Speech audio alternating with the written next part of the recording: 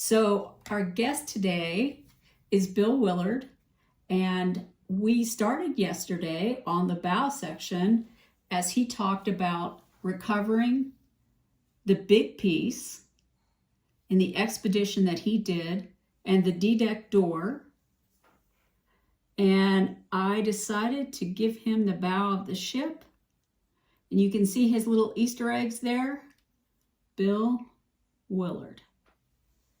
And so now I'd like to welcome him back.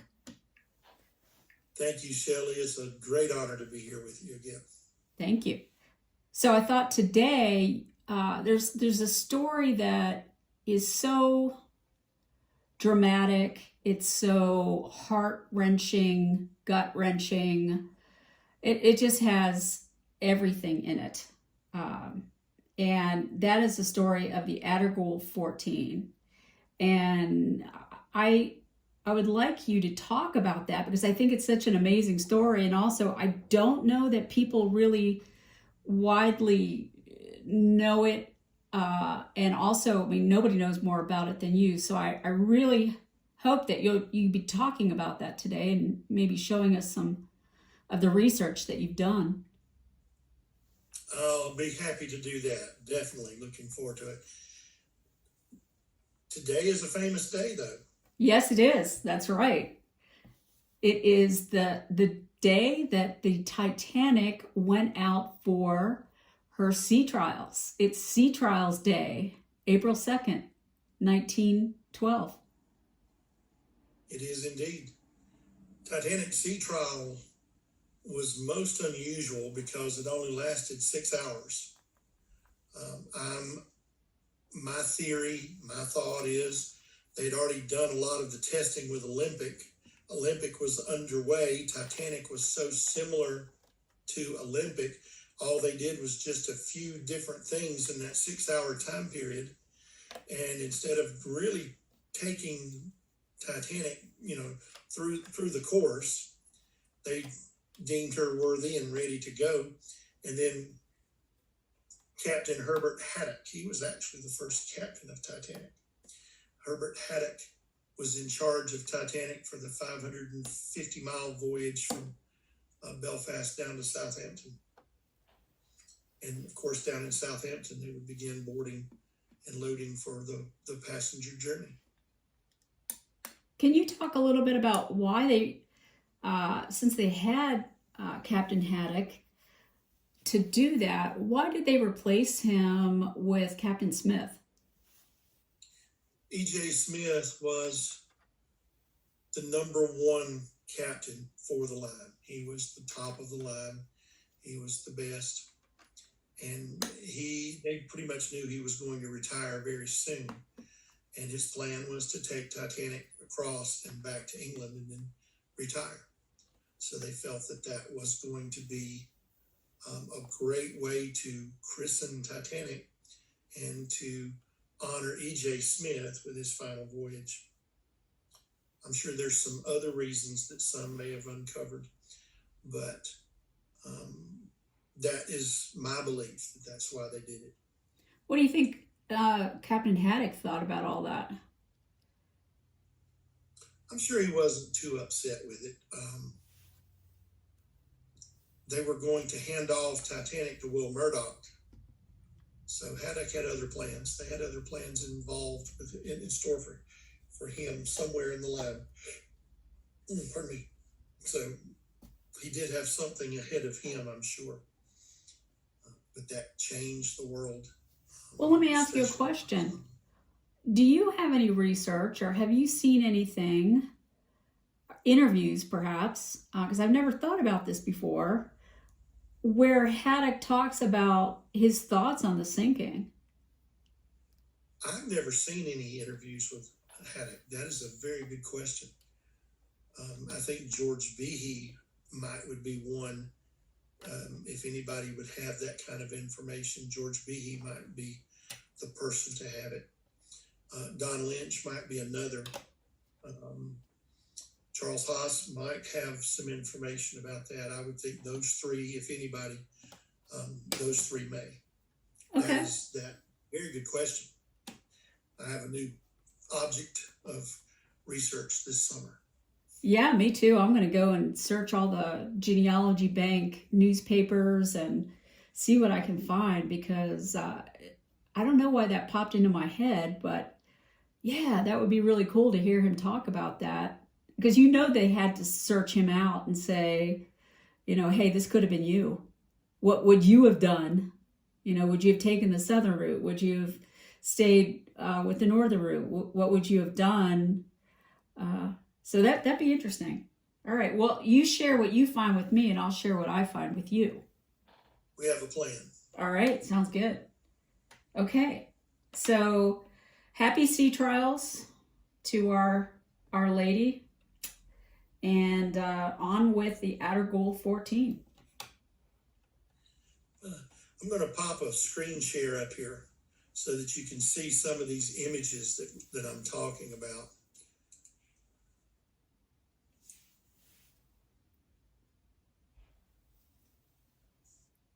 There we go. Can you see that? I can. Is that clear on you? Yeah, very. Addergoole is an unusual name. It's County Mayo, which is on the west coast of Ireland. It's remote, but it's incredibly beautiful. It's scenic. Near the shores of Loch Corrib and Loch Conn, two small lakes in the area. It's also at the foot of Mount Nathan, and I'm trying to do my best to pronounce this as the Irish do. When I was over there, hearing their native tongue was so beautiful. At the heart of Addergoole is the tiny village of Lardon, and you see that at the top of the sign, Lardon. You can also look for a slightly larger village nearby, Ballinar, which is spelled Ballina. Ballinar is the larger of the villages in that area. It's noteworthy because in 1912, 14 residents from this little parish went to immigrate to America on board Titanic. 14. And as you said, not many people know their story in America. This has never been featured in a major documentary that I'm aware of.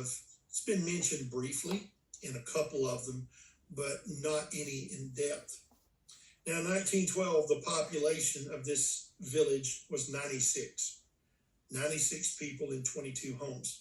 So you get the idea, 14 people out of the 96 is a big percentage. So it's significant.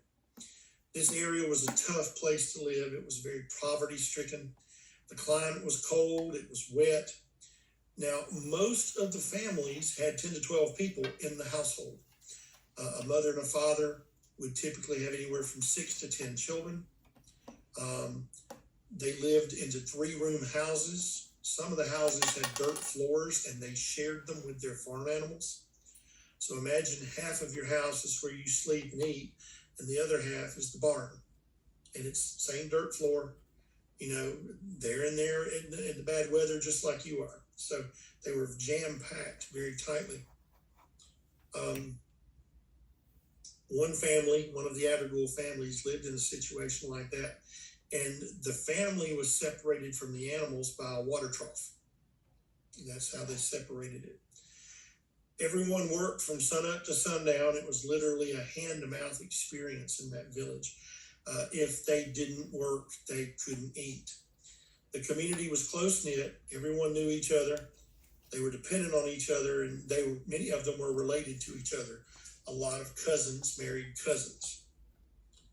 There were not a lot of new people coming in, but many were going out. There was poor nutrition. Houses were cold and damp. They didn't use a lot of money in that area in the early 1900s. What they did most of their trade with was bartering, trading what they had, their skills, their farm crops, or their livestock products for what they needed. They would barter around. Many died of old age. Now listen to this, in their 40s and 50s. Many died of what's listed as consumption. And those who have done ancestry know that's tuberculosis. Conditions were horrible. Between 1850 and 1912, over 4 million people immigrated from Ireland. The most of them came to the U.S. Ireland's population was only about 8 million. So you can see how that took a significant chunk out of the amount of people that were in that country. Almost every family in Ireland had at least one family member abroad that had immigrated. If you look at the condition these people were in, education at best was basic sums, basic reading skills. They had no reason to learn anything beyond that. Most of their learning was spent in the fields with the animals, with their tradesmen learning their trades. Let me say many, not most, many never even finished a primary level education. Primary school records throughout the country. You can look at the names of the people on the rolls, and there were names that as young as 14 years old that they would mark gone to USA or gone to Australia. The 4 places that the people would immigrate to was the UK, England, Europe, Australia, or the best one, the most quantitative, was America, USA. It was a celebrated event in the villages when someone received a letter from a family member that was abroad. So a law was passed in the 1800s, and this is what really caused all this issue to happen, is that only one family member could receive and inherit your property. If you had 4 sons, you could not divide your property into 4 lots and give each son property. It had to stay as one property, and it went to one of the children. Most often it went to the oldest son. If you were son number 2, son number 3, son number 4, there was nothing for you. You had to try to save up money and buy something, or you left and went to find your fortune somewhere else. If you were daughter number 1, daughter number 2, you would try to marry a son number 1 in another family so that you would have a place to where you could live once your parents died, because you could not stay with your brother and his family. Some did, but that was in rare circumstances. These people could not go into the cities. Work was scarce in the cities, and here you have somebody then that would go into the city, and they're not trained, they're not educated, so there's not a lot they could have done in the cities. So I'm trying to paint a very solid picture here. Poor uneducated men had very little chance if they stayed in Ireland and were not the inheritance winner. The newspapers began to carry ads for shipping companies. They were offering steerage passage, and it was for those who sought a new life in a new world. And this appealed to people who had nothing. They could start fresh. They heard that America was the place with jobs, that there were jobs everywhere, and that you could go over there and you could find a job in whatever industry you wanted, and you could make your own fortune. So this was appealing to many people. The shipping companies would even send salesmen to the villages and go door to door with door-to-door sales on, let us offer you steerage passage on a ship. Those who had the money left immediately. They went in droves. Cost to be in steerage, 3rd class in Titanic. They didn't call it steerage, they called it 3rd class. But to be in steerage was of slightly over 7 pounds sterling. Now 7 pounds in today's money is about $12, plus or minus. In today's money, let me take that back. 7 pounds is about $12 right now, but 7 pounds then is equivalent to about $750 in today's value. Okay, so based on what those people had versus what we have now, it would cost about $750 of our 2022 dollars. Families didn't have that. They didn't have that for a while. It took the Addergoole families about 3 years to raise this kind of money, 7 pounds. A little bit here, a little bit here, a little bit a month later, a little bit a month later, and it would build up. £7 sterling for those people in County Mayo was considered a fortune, and they would save that up. So plans began to be made. Catherine McGowan, she was 42 years old. She'd left Addergoole a few years previously. She left it about 20 years earlier, and she'd been in the U.S. for quite a while, and she became very successful and wealthy. She owned a boarding house in Chicago, and she made quite a bit of money.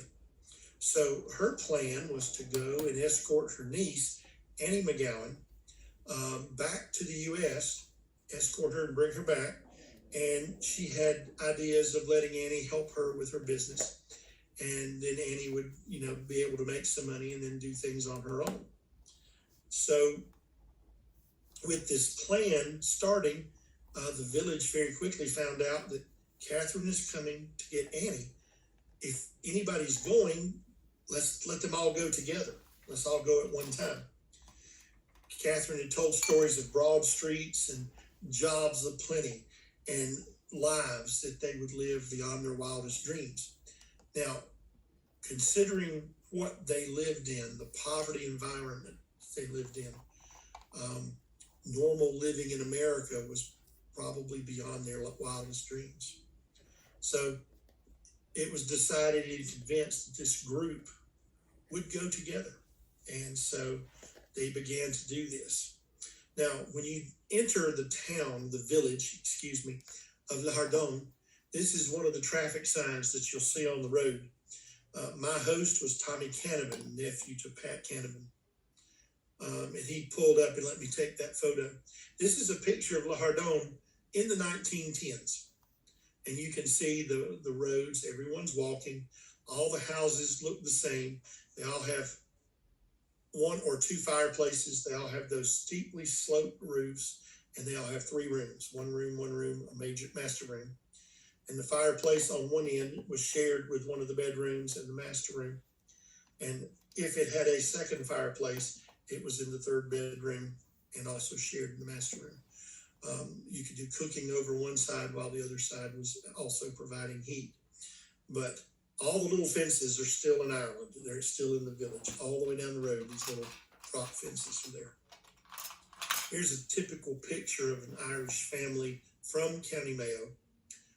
This one, I think, is from Ballinagar. But you can see that small thatched roof behind them. And you can see the mother and the father seated with the young son in the middle. And there are 4 children in this family. I do not know who this family is, but I just wanted to show and represent what it looked like in those days. Very plain, very simple, very basic.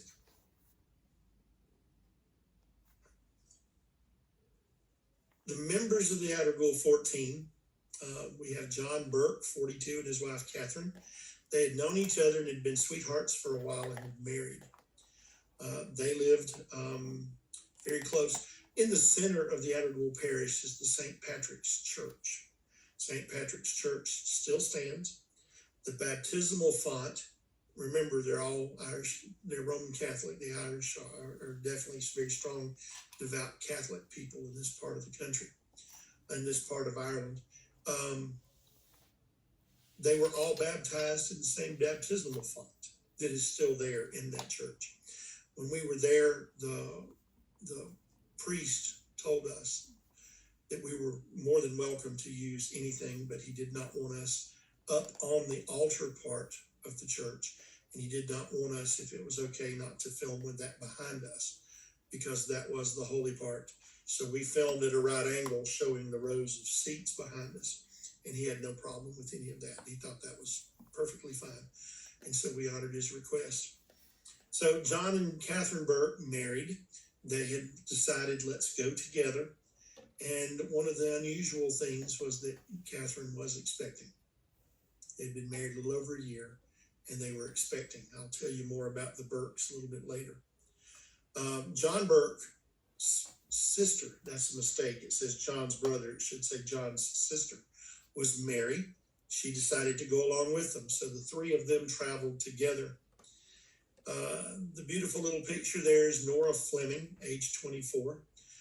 Her real name is Honora. but Nora for short. Jamie Flynn, I'll tell you an incredible Jamie Flynn story in just a minute. And then we have Mary Mangan. Mary had also gone to the U.S. Mary was engaged, so she went back to Ireland to tell her parents that she was getting married, to see her parents, to let them know that she was getting married, and then she would come back to America and then get married upon her return back. Annie Kate Kelly was 20 years old. This is one of her pictures in the 1960s. She was one of the survivors. Annie Kate's story, she did come back to County Mayo later in her life, and basically her story is from where we get all this information about what happened to them on board. She was very open about what had occurred at that time.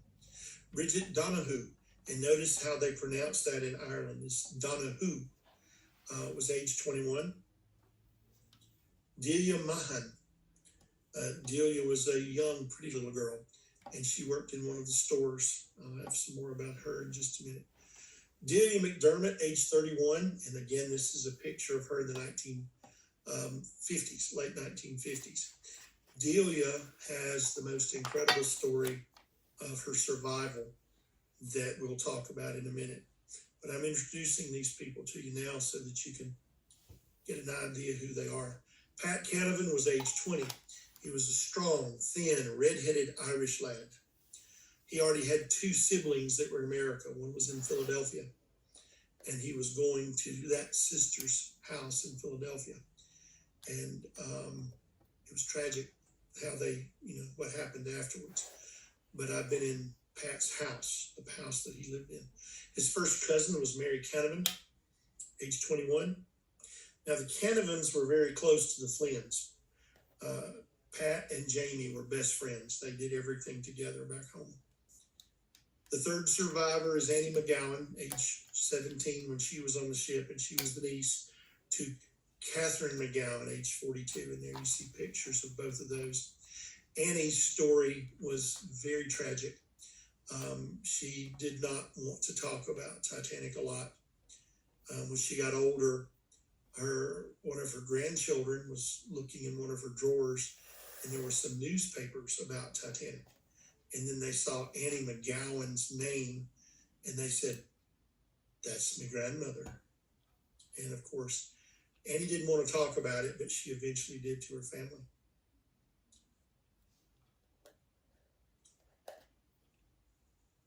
Before I tell Delia's story, I want to lead up to them getting on the ship. The Irish were Catholic. They were very strong. Where there is poverty, there is religion. The Irish are very religious, and they're very superstitious. They were in the 1910s. They would hold what the Catholic people called a wake. They would honor the death of someone at a wake. Now, they were not honoring the deaths of these people as much as they were saying goodbye to them, because the chances are that 1 out of every 15 would ever come back. So by doing a wake, they are saying goodbye. They would probably never see each other again. They may get some mail from each other once in a while. But it was a time of great sadness. They tried to do some celebration. They tried to love each other at this wake. But they held wakes all around the village, 14 different wakes. So when someone was leaving for America, these family and friends would hold this symbolic goodbye, this symbolic wake. And immigrating to them was like a death. They would most likely never see them again, so it was the last time. So Delia McDermott. Delia was, before the Titanic sailed, about a week and a half before it sailed, she and several friends were walking down the road from their house. A stranger appeared out of nowhere and stopped her on the road as she was returning home. She had a few friends with her, and the man told her that You will be making a journey in a few days. There's going to be a terrible tragedy, and that hundreds of people would be killed, but you are going to be saved. Now, needless to say,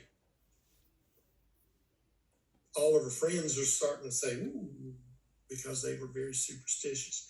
And Delia didn't know how to regard that. She told her family when she got back, and her family, this was bothering them for several days. The man ended up being correct. Delia did survive.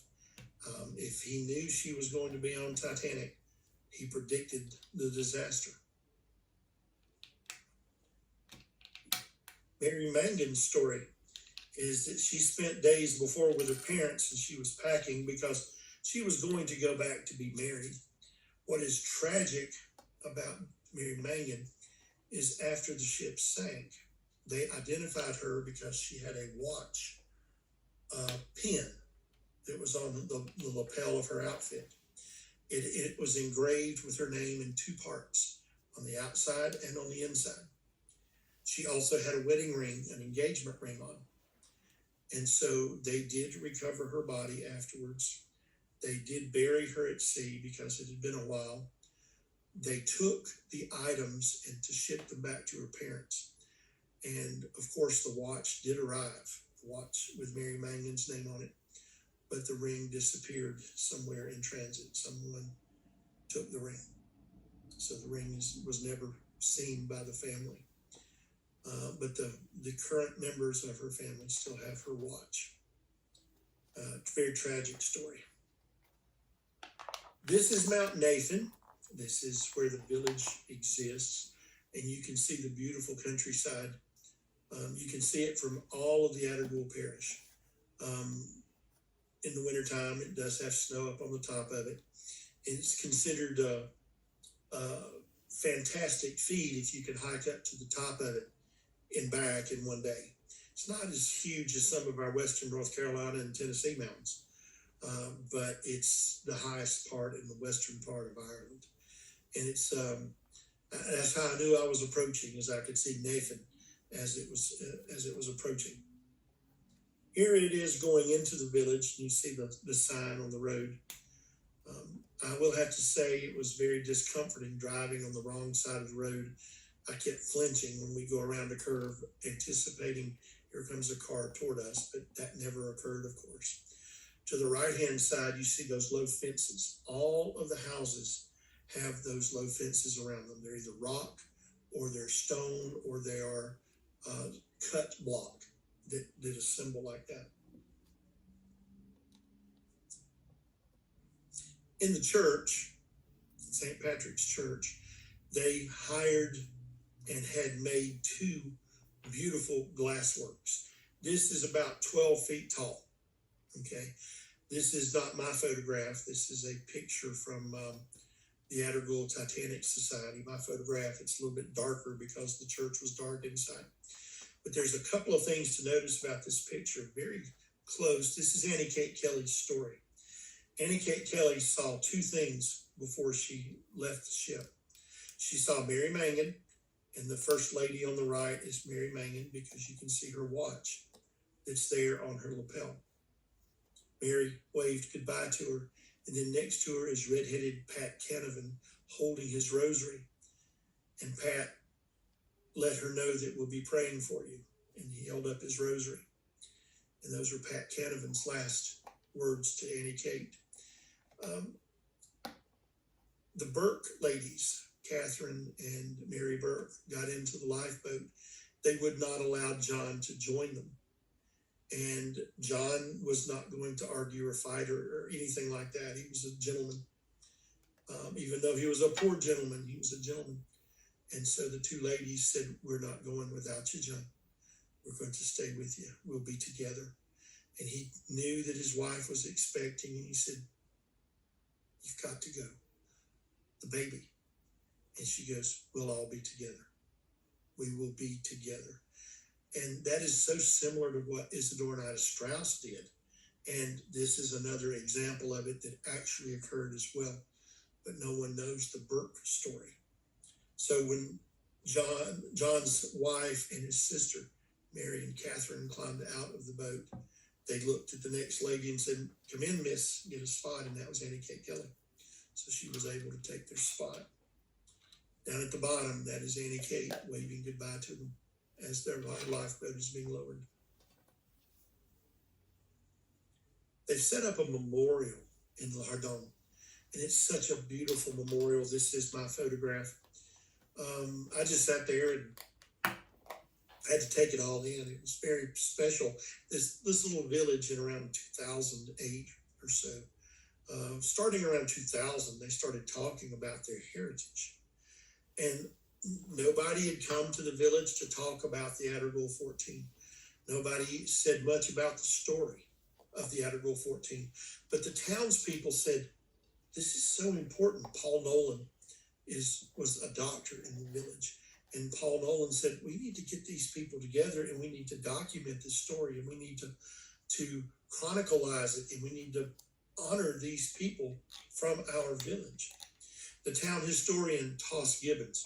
Toss can tell you a story. He's so magnificent with how he talks about everything in the village. And that was my Toss Gibbons impression. I gave you that free this morning. But he is so magnificent with his story and his words and his inflection.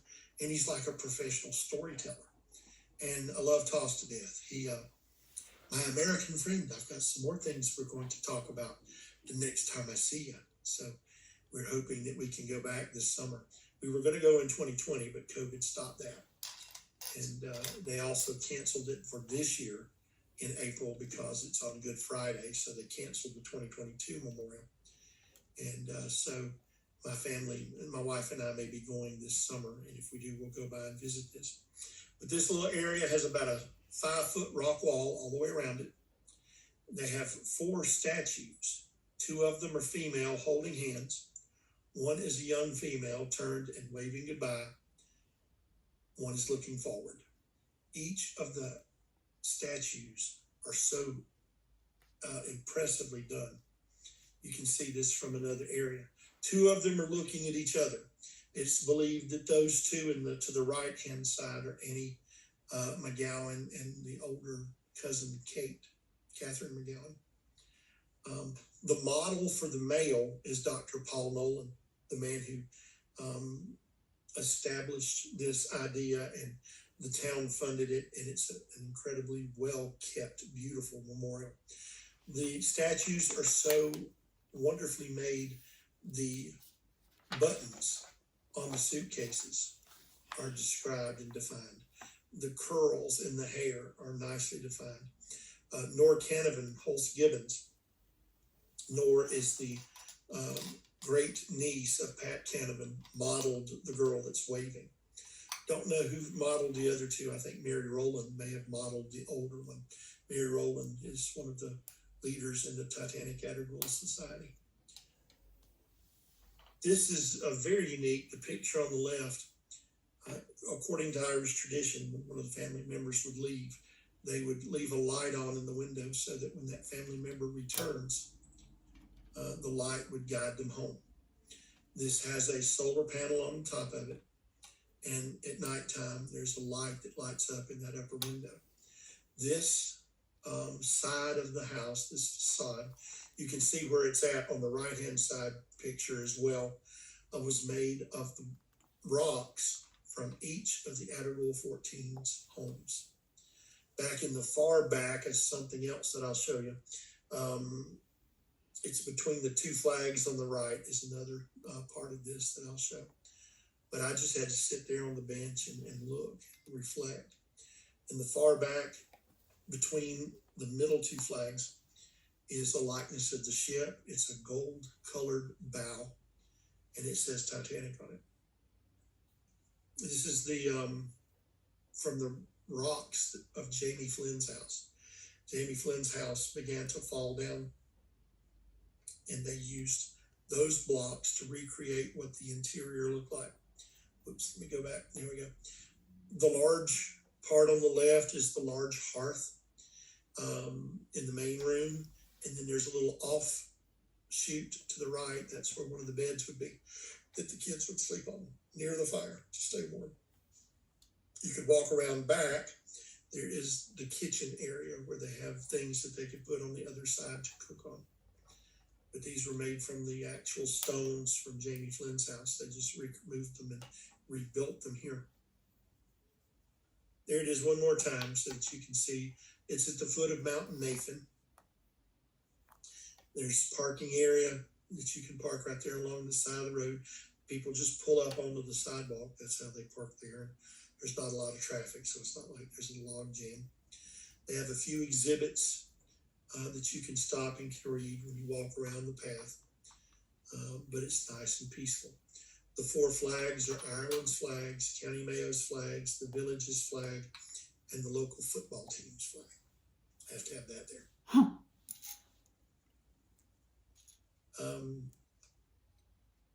Delia Mahan. Now, Delia was one of the people I told you I'd share the story later. M-A-H-O-N is pronounced Mahan in the United States, but it's Mahan, 2 distinct syllables in Ireland. Before she left, her brother took her tea leaves and read the tea leaves. And I told you they were very suspicious, and he said that he read her tea leaves and said, there's going to be a terrible disaster. Delia, you're going to die. Don't go.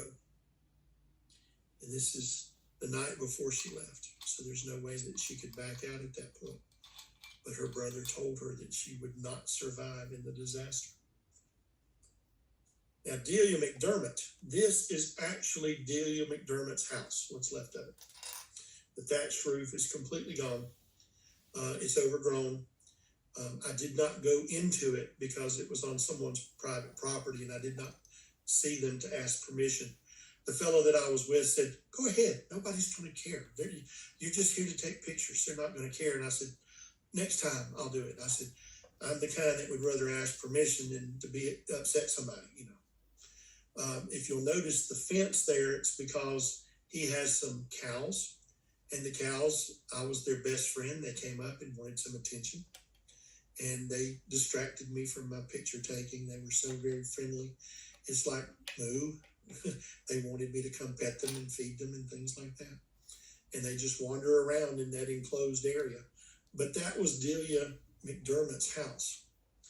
Now, picture this. You've got a young lady getting ready to leave and go to America. At her wake, her mother brings her in and says, I've got something for you. She said, to be a lady in America, you have to wear a hat and gloves when you enter the country because all ladies wear hats in America.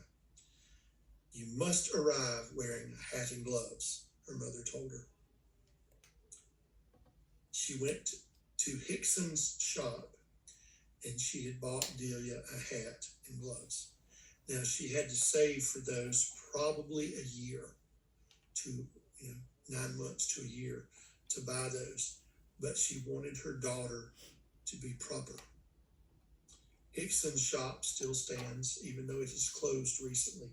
The owners of it finally closed, but it's still the original with the sign Hickson's on the outside.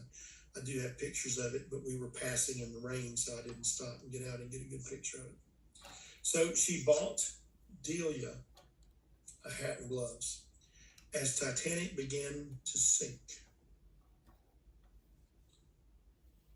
she gets into a lifeboat and she does this and she realizes she's left her hat in her room. She climbs out of her lifeboat, Shelley. She climbs out of the lifeboat and she goes down to her stateroom.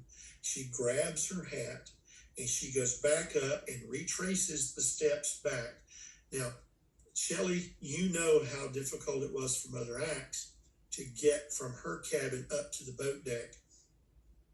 Delia had to do it twice. She gets up on the boat deck and she approaches just as the last lifeboat is getting ready to lower. And they said, quick, miss, get in. We've got one spot for one more. She was the only Titanic survivor that was in 2 different lifeboats. Huh. She made it into the second one. And when she was rescued, she had her hat. Now, Bridget O'Donoghue worked at Hickson's. And she was there, and just before she left, the 3-year-old daughter of the shop's owner asked Bridget, please send me a ring from America.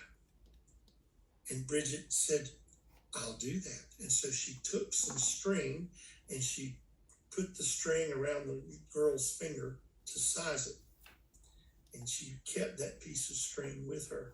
And she was going to remember when she bought that ring for that young girl, how to size that ring. That was Hickson's store as well. I told you about Jamie Flynn earlier. Jamie had spent the last afternoon with his sister, who was deaf since birth. Jamie was the only person who could sign with the sister. The two of them talked continually. Even her parents were not able to pick up enough sign to be able to communicate well with her daughter, but Jamie did. So she was very upset that he was leaving. Jamie was the only one that could talk with her.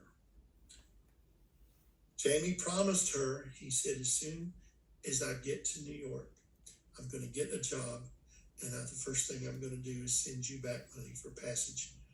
You come to America, and I'll take care of you. And that gave her some comfort. Jamie and Pat were friends. Now, as they went to leave La Hardone, it was on April 10th, they made their way to the Castlebar train station. It was not too far away. It took them about probably a half hour to an hour in the little trap wagons that they had. Goodbyes, of course, were emotional. It was a 14-hour journey from County Mayo down to County Cork, Queenstown, and Titanic. They got there, and they got on the ship. Now, you have to understand where they came from. That's why I shared with you about their poverty. This was the first time any of them, except for the two that had been in America, ever saw electric lights. This was fascinating to them. The first time they'd ever slept in a bed to themselves. The first time they had a toilet and washing facilities. They had no idea that these things existed because they never were around any of them. It's the first time they had experienced metal cutlery, forks and knives. Theirs were either pewter or wood. They had never had linen tablecloths before. They had never had linen napkins before. They probably used a wash rag or a cloth like that. They had enjoyed what was in all probability the best meals they'd ever had. They saw and tasted foods they'd never seen before. Imagine seeing a banana and having no idea what a banana was. They would sit there and they would look at each other and go, what is this? And Annie K. Kelly told these stories. That's how they know them. And so what one of the boys finally did was he leaned over and he looked at someone else and he saw that they had taken this yellow covering off of the outside, and inside they were eating what was on the inside. So he took his and he tried to do exactly what the other person had done to expose the banana fruit. He took his fork and his knife and he cut a little piece of it and he held it up, and all the others are just in amazement staring at him, just in awe. What are you doing? What are you going to do? And so he put it in his mouth and he started eating it, and he says, hey, it's pretty good. And somebody else reached over and got a piece of his banana, and the next thing you know, they were sampling foods that they had never experienced in their life. Can you imagine living like you had never lived before for those 4 days? This was the greatest days of their life. Nora Fleming, you saw her picture earlier, she celebrated her birthday on April 14th. Now, actually, she was born on April 9th, but she was christened on the 14th. So that is why they celebrated the 14th. So they were actually at her birthday party, and they were having a party for her the night the ship hit the iceberg. Was that the party in third class? This was not, there were lots of parties in third class in the common rooms. They were just having a group of them celebrating together. They called that a party.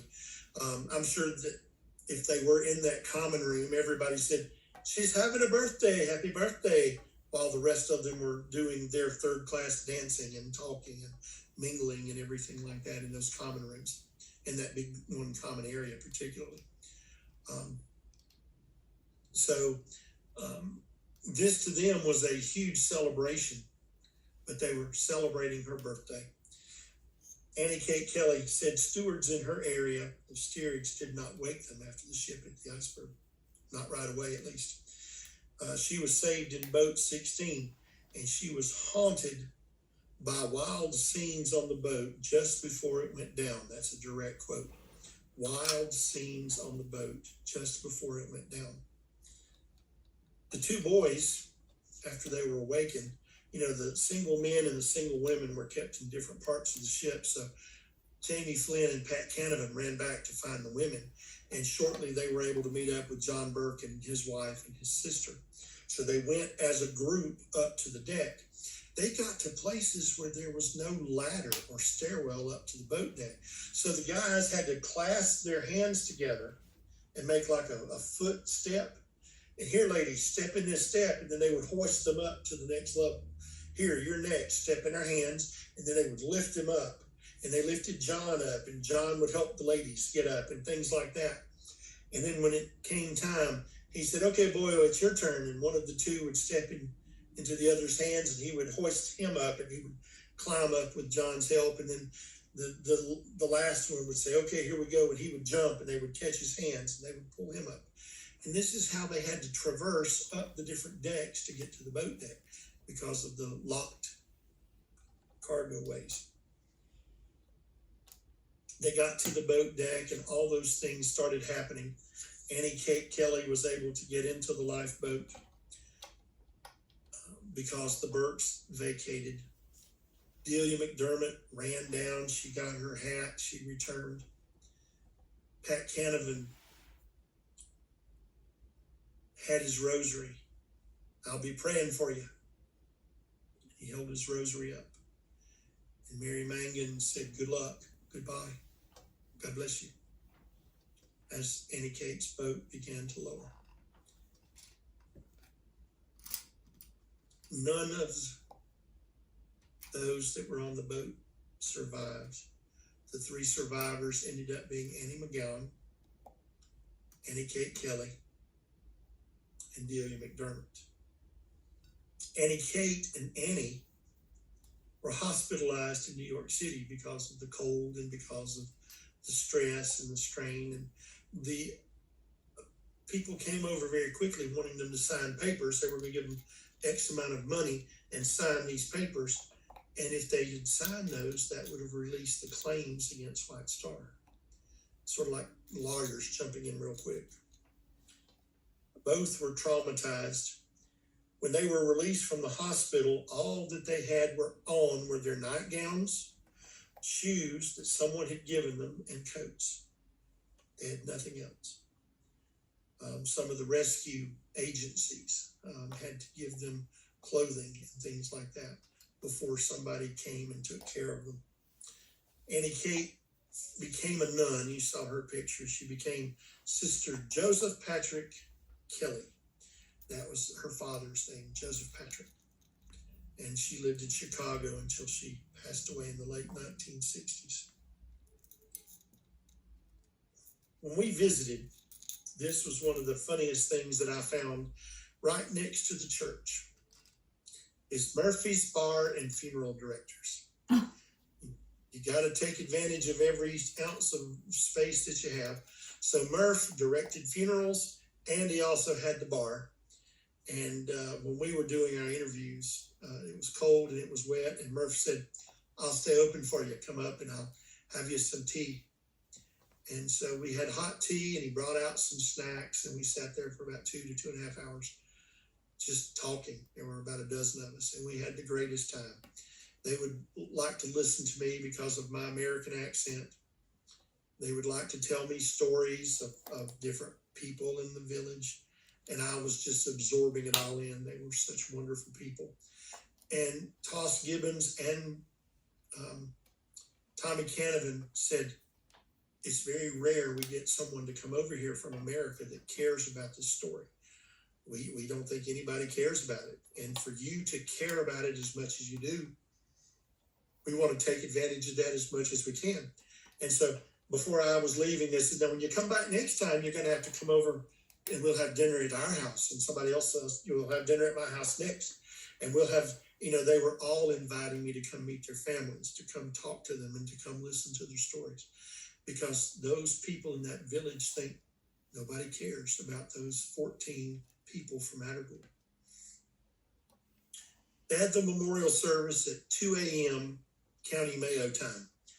That ended up being wonderful for me because that was 10 p.m. our time. So I was wide awake. I'll say this, on April 14th, the internet told me the temperature there would be about 50 degrees. So I wore a windbreaker with a nice sweatshirt on underneath it. And the actual temperature was about 35 degrees and it was blowing snow. So do not believe the internet plan for cold if you ever go over there for the Titanic Memorial Service for County Mayo. This is a wreath that they laid first. They have an entire 30-minute program. That's Tommy Canavan during our interview. During that service, they call out each person's name and a family member goes up and rings the bell 3 times. Now this is at 2:20 a.m. in honor of his family. Pardon me, got the hiccups. In honor of his family member. Tommy was my host and was such a gracious host. He was so wonderful. He said, we'd love to have you stay with us. Please, no food. You don't have to buy food. We're going to take care of that for you.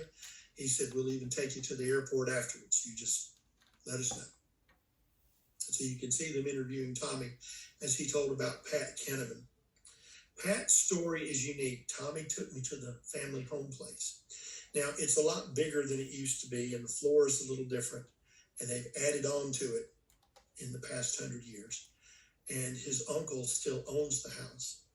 And he said it was at this particular part of the house, as Pat was getting ready to leave, his mother walks up and clasps Pat's hand in both of hers. And she was handing him a gold sovereign. She had saved up a gold sovereign and said, take this, Pat. This will give you something that you could use in case you need it when you get over there to start with. And as she took her hands off of his hand, he dropped the coin. That is considered bad luck. It's very superstitious. He dropped his gold sovereign. The family was all worried about that. They were all upset about it. And he leans down and he picks it up and he says, well, I'll make sure that everything is okay. I'll make sure. And of course, Pat did not survive, but due to his and Jamie's actions, the 3 that did survived. Tommy is such a wonderful person.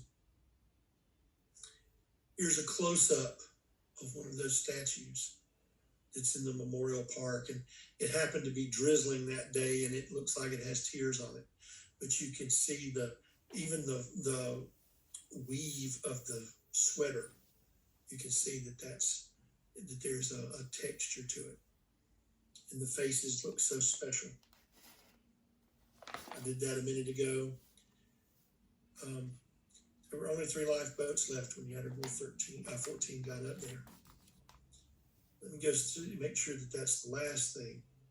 There's Annie McGowan after she survived.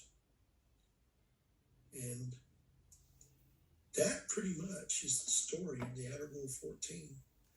The village cared so much about them to make that tribute, to make that beautiful memorial park. And every year they do that service.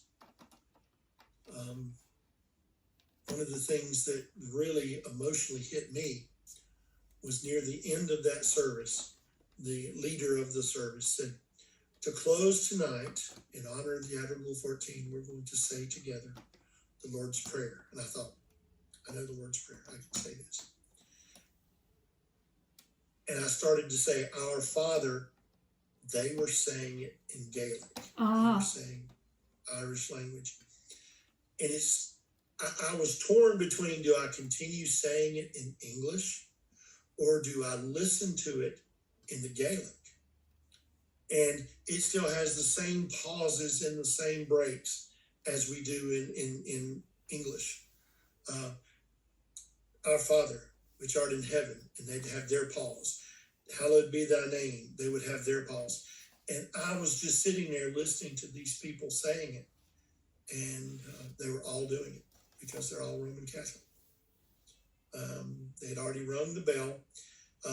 One special thing they asked me is, Bill, would you like to ring the bell after the service since you've come all this way?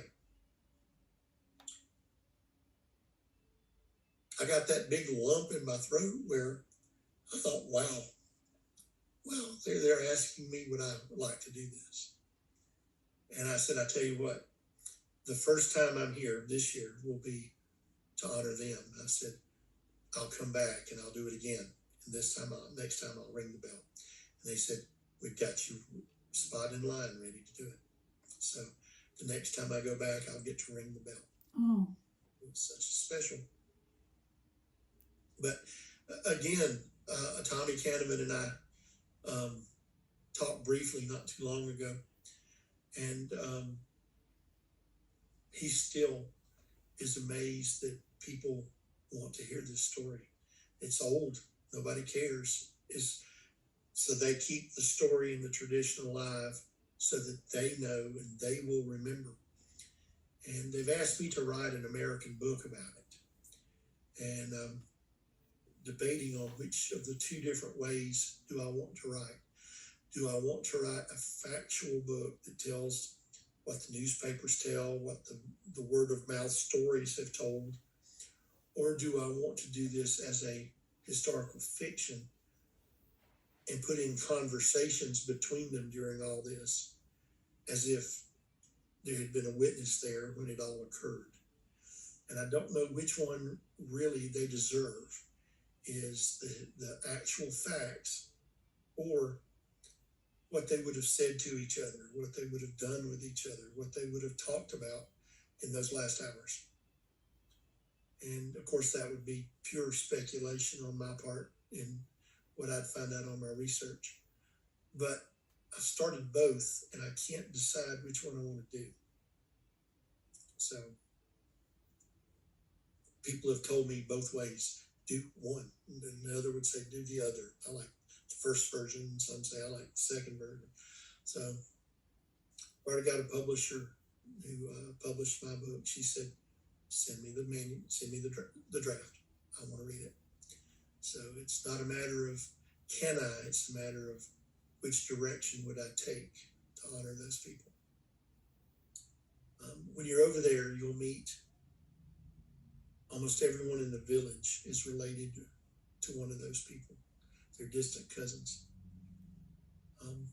Balinar, the nearby village, probably 2/3 of that village is related to someone that was on Titanic. And it's just because it's a closed, isolated part of Ireland. Not a lot of new people moved in because they didn't have land available to purchase. Those that did move in, someone had no heirs and sold the land to someone else who moved in to the property. And that's how a lot of the newcomers moved in. Some of the shop owners were newer people that had arrived. But it was just such a great honor. Toss Gibbons says, my American friend. That's what he kept calling me because he didn't remember my name. He said, here's some Balinar trivia for you. He said, there's a famous American whose parents were born in Balinar. They lived on the same road. And they have now renamed the road after those people. They call it Morrison Way.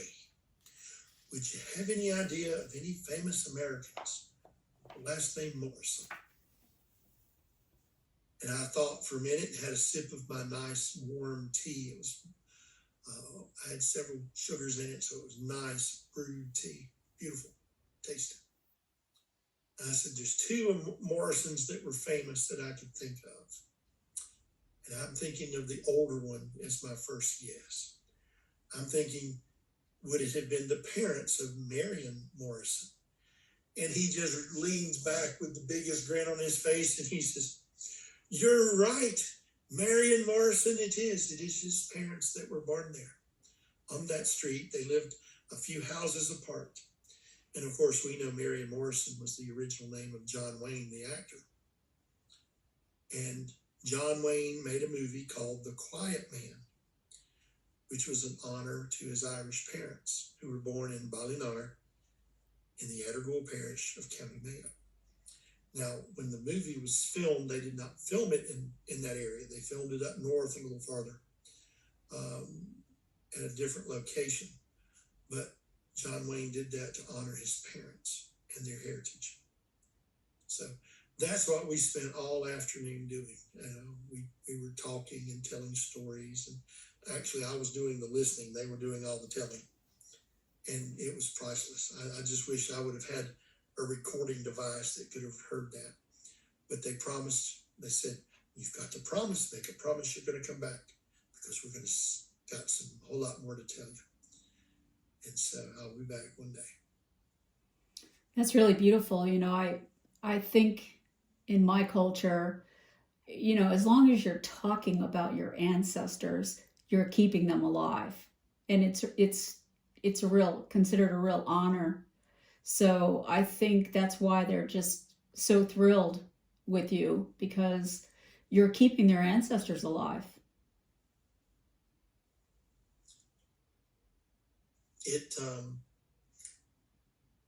In my own family heritage, I have several that came from Ireland.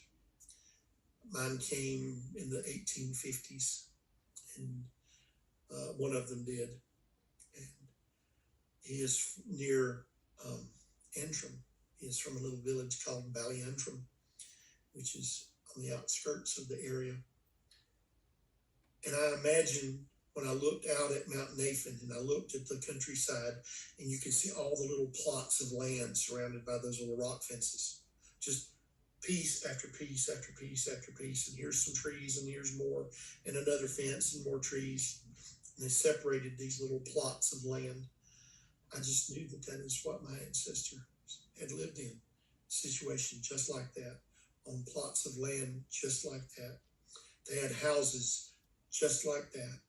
They had existences just like that. And that's why it meant so much to me. It's like you said, family heritage and your ancestry is, if you don't learn where you are from, you'll never know where you're going to go. So that's why that trip meant a lot to me, even though I'm not related to any of those. But I hope to share the story. I will be sharing it on Friday the 15th, the 14th. The 15th. I'll be sharing it on Friday, April 15th, at a conference down in Florida. And it won't be as good as this one. You get special treatment here. Down there, it'll be a much smaller time frame to tell about this story. But researching just one of those people helps share what goes on. It really does. So I've got to figure out how I can relay this story to Americans that would be interested. I hope to do so. Well, that's a real mitzvah. In my culture, they would say what you're doing is a real mitzvah, a blessing to them and all of the Addergoole 14 and all of their relatives. So thank you for keeping their names alive and their stories alive. 'Tis an honor, lass. 'Tis a great honor to do that. Tommy Canavan would drive me around, and he would say, "Okay, Bill, it's your turn now. You see the sign over there. How do you pronounce that?" And of course, I would give it my best Anglo effort. And he would just laugh out loud because I would butcher it horribly. And he would not doing it a mocking way. He was doing it in, "That's really good. That's a good effort." One of the towns in the village, the village in the parish, his name is spelled Castlebarrow, Castlebarrow. Now, I grew up in an area, my family was Irish. Parts of my genealogy is Irish, at least. And they would not say wheelbarrow. They would say wheelbar. And I always thought it was just a lazy way of saying it, and it was country, and I never thought about it. Wheelbar. And I went, barrow is how that word is pronounced, please. It would drive me crazy. But when I saw the sign that said Castle Barrow, and I said that, he says, that is Castle Bar. He said, anytime we have B-A-R-R-O-W, we pronounce it bar, because the second syllable blurs into that last R, Castle Bar. You just can't detect it. The Castle Bar is how it was. So that immediately took me back to my teen days and my elementary days, when I would hear family members say wheelbar, because that's from the Irish. Barrow is pronounced bar. And I thought, who would have thought this? Who would have thought that here I am at 57 years old, piecing together a mystery that occurred to me when I was 10 years old. That's where that word came from. But it's obvious that you have an interest so strongly in family and ancestry, and I can relate to that very strongly. And it's interesting to me, and kind of a mystery. I can't understand how people can't be interested in that. It's contagious is not even the right word. Once you get bitten by the ancestry bug, it's like a pandemic within you. You've got to find out more and more and more. When I read Walter Lord's book in 1974, I found out that there was Constance Willard, who was a first-class survivor. And so I always thought, wouldn't that be neat if I was related to Constance Willard? And so I asked Mom, and Mom had never heard of anybody mentioning it. It had never been passed down to any of my Willard family side until I got Ancestry. And Mom said, well, why don't you try to find out? So I had traced my Willard family back to Salem, Massachusetts. I am a cousin to John Willard, who was the last person executed in the Salem witch trials. His father was Major Simon Willard, but John was the constable that would bring in the people, and he had enough of that, and he said, I'm not going to bring in any more. So they found him guilty of being compliant and working with the witches, so they executed him, and he was the last one before the church came in and stopped all of it. So through that line, we are from Horsmonden, Kent, England. And I've traced that back to about the 1400s. So I started a new tree with Constance Willard, Duluth, Minnesota. I found her parent, both of her parents, but I just strictly focused on her father. And her father, and it showed the genealogy of her father. I kept tracing it back to Horsmonden, Kent, England. And so I'm a distant cousin to Constance Willard, who was a first class passenger. Very distant, we're talking 8 to 9 generations, but it's still the same family heritage tree. And my family, my portion of the family, when they came over, wanted land. That was the most valuable asset when they arrived in the early 1800s. So they went south. One actually fought in the American Revolution, was gifted 60 acres in a small part of upper state South Carolina. And of course, most of my family lost their land after the Civil War due to carpetbaggers and high taxes. None of them owned slaves that I can find. They had lots of land, but when the taxes went up and they had no way to do their crops And, they had taken all their animals and everything like that, so they had no way to live. They had to lose most of their property.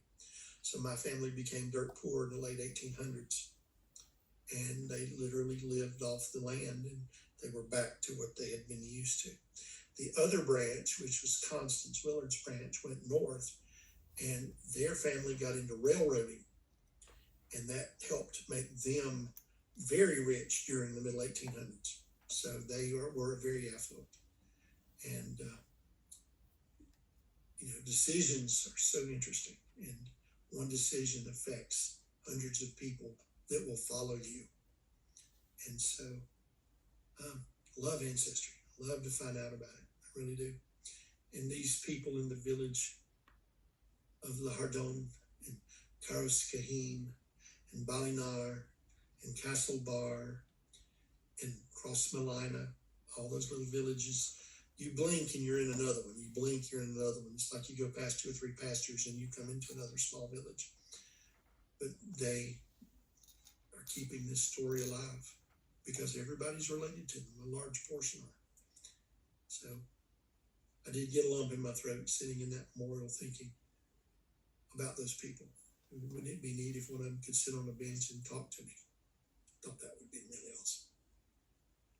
So thank you for letting me share that story with you today. Bill, this has been just such a treat, and I greatly appreciate it. I know that my audience is going to absolutely love this, and I'm going to try to post this today, the Sea Trials Day, and I'm going to ask that you, when you get a chance today, if you don't mind sending me some links so that I can post that in the description, and then people can see these resources. I'll send you those links shortly. I've got your email address. Okay. More, they're welcome to look at the Facebook group, the Titanic Con 22. I'm the administrator of the group, so if they send me a message, I'll do my best to try to answer some of their questions. I'll be happy to do that. What good is knowledge if you can't share it with someone else who's really interested? Well, I also want to remind people that anyone can go to this conference, and it's accessible.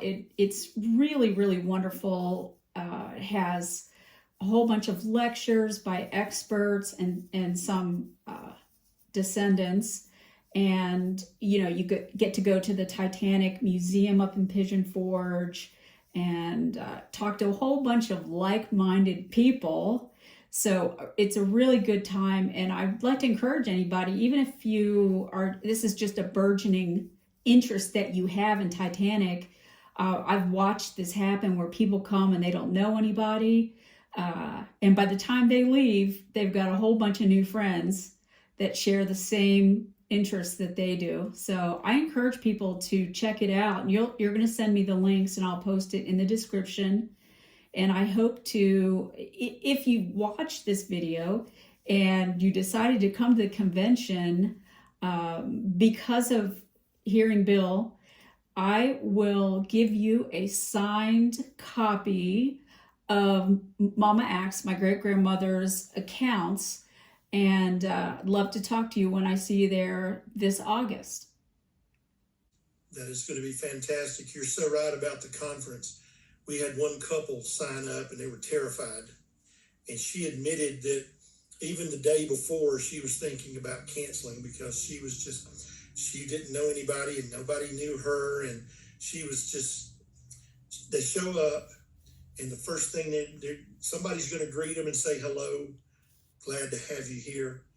And before you know it, they're sitting at tables talking to each other. One of the great things we do at this conference is rather than have structured meals all the time, we do have one nice gala dinner that's fantastic. And Shelley has played for us. She is an extremely awesome flautist, and she has performed several selections that are special to her that are perfect for the conference. But one of the things we do is encourage people to go and meet and go with several people that you meet make new friends. And we'll get pictures at a restaurant, and there's 7 or 8 people around the table that are, just meeting each other for the first time. And here they're with different people for another meal. And like Shelley said, they're embracing each other when they leave. Can't wait to see you next year. And we get about 30 or 40 that come every year. And they like it that much. Somebody described it as it's more of our Titanic family than it is a Titanic conference. And we value that so much because we don't want to be stiff shirts, stuck up people. We want to be friendly and welcoming, and people can sit and talk all the time. And Shelley brought her photographs one year, and there's like 4 or 5 people sitting around behind her. She is just, this is, and da-da-da-da, and turn the page, and they're all going, oh, that's so, and it was a family, just a bunch of family and friends getting together. We'd love to have you come join us. It's not very expensive compared to some of the other conferences. Last year it was about $150 for the entire weekend. That includes the gala dinner. That includes a visit to the attraction. That includes paying for conference expenses. We also have snacks that are provided. The only thing that it does not cover is transportation there, and it does not cover lodging. And lodging is explained in the website. We've got the save the date up. It's the last weekend. We have a meet and greet on Thursday evening. Friday and Saturday we do sessions and the dinners and the visits. Also, we have something special this year. We're going to the movie theater. We're going to watch the new the new documentary that they've come out with called The Six. 6 Chinese passengers survived, and they were immediately sent out from New York. New York people were upset that they had survived. And when they went back to China, little was known about whatever happened to them. Well, a group began to research, and this is the story of what happened to those 6 men.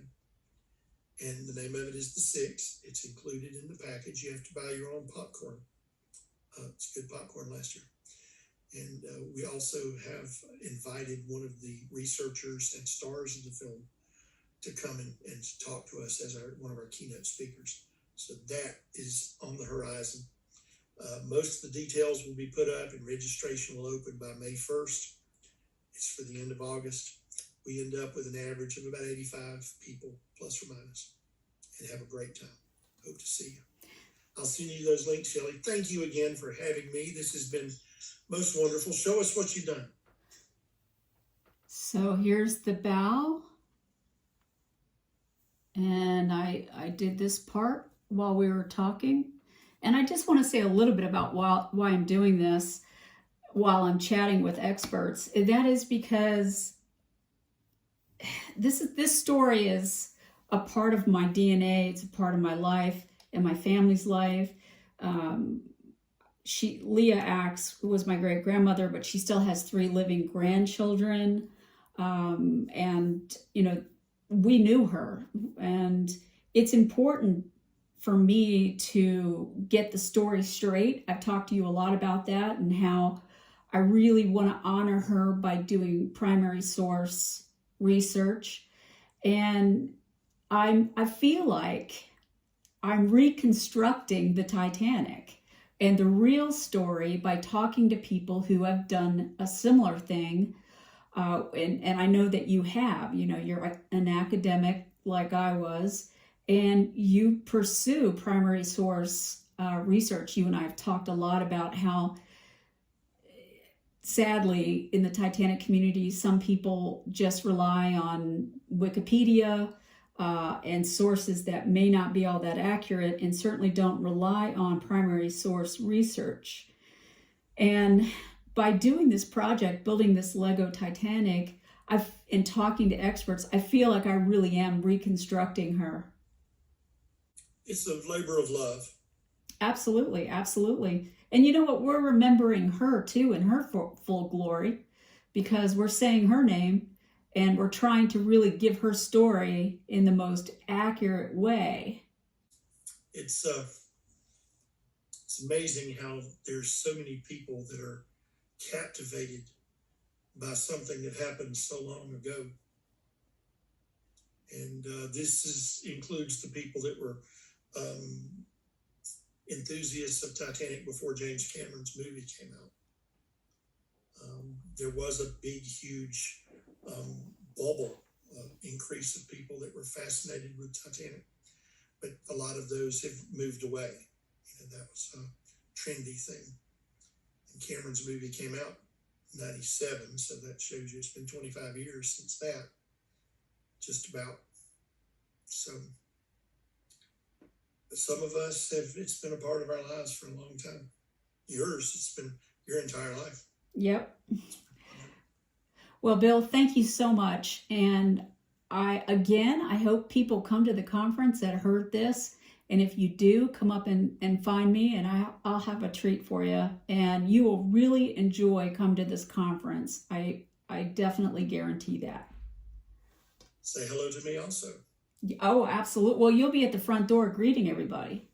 Or in the back running around like a chicken with my head cut off, making sure everything's right where it's supposed to be. Yep, absolutely. Not mutually exclusive. Both of those two things will definitely happen. They do.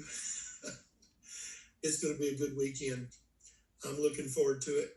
Thank you again, Shelley. You have a great afternoon. Thanks, Bill. And you too. Bye. Take care. Bye-bye.